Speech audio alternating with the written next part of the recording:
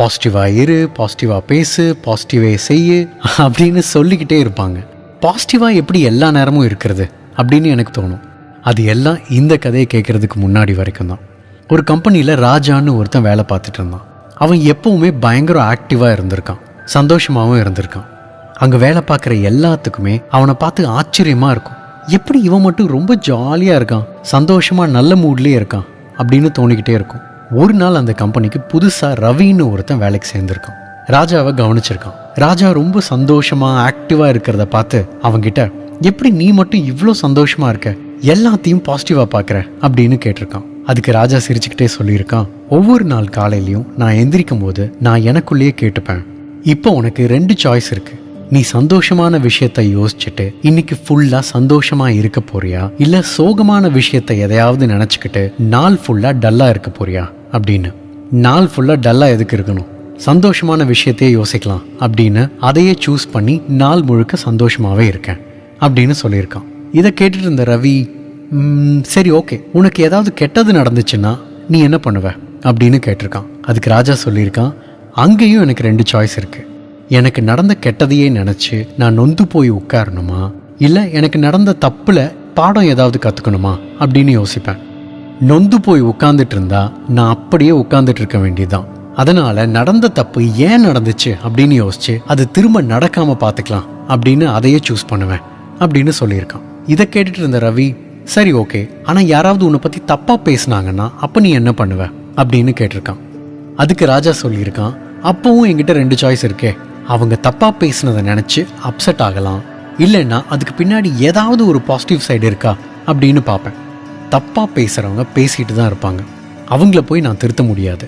ஆனால் அவங்க பேசினதில் இருந்து ஏதாவது பாசிட்டிவ் இருந்துச்சுன்னா அது என்னை மாற்றிக்க ஹெல்ப் பண்ணும். அதனால் நான் அதையே சூஸ் பண்ணுவேன் அப்படின்னு சொல்லியிருக்கான்.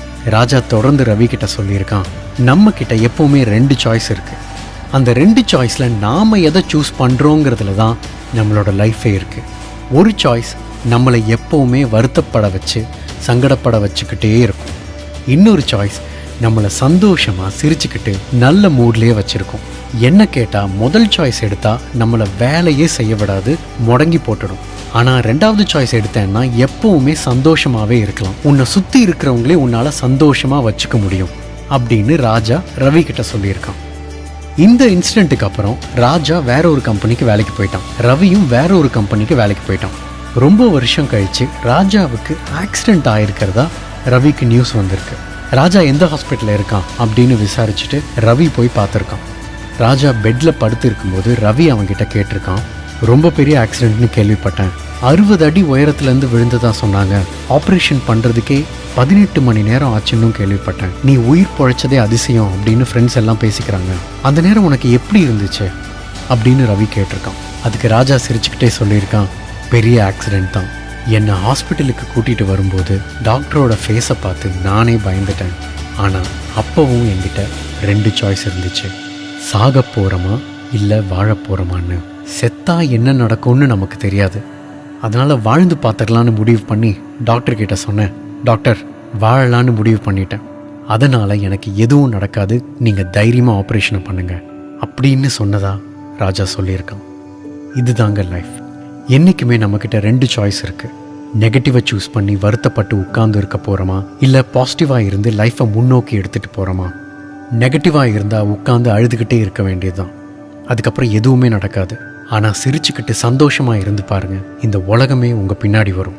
ராஜா சொன்ன 2 சாய்ஸ் நமக்கும் டெய்லி இருக்குது. காலையில் எந்திரிக்கும் போது நமக்கு நடந்த நல்ல விஷயத்தை மட்டும் யோசிச்சுட்டு எந்திரிங்க, அந்த நாள் ஃபுல்லாக நல்லா இருக்கும். கெட்ட விஷயத்தை யோசிச்சுட்டு எந்திரிங்க, அந்த நாள் ஃபுல்லாக வீணாக போயிடும். சந்தோஷமாக பாசிட்டிவான விஷயங்களை மட்டுமே யோசித்து நம்மளை சுற்றி இருக்கிறவங்களையும் சந்தோஷமாக வச்சுப்போம். தேங்க்யூ. உன் வாழ்க்கை உன் கையில்.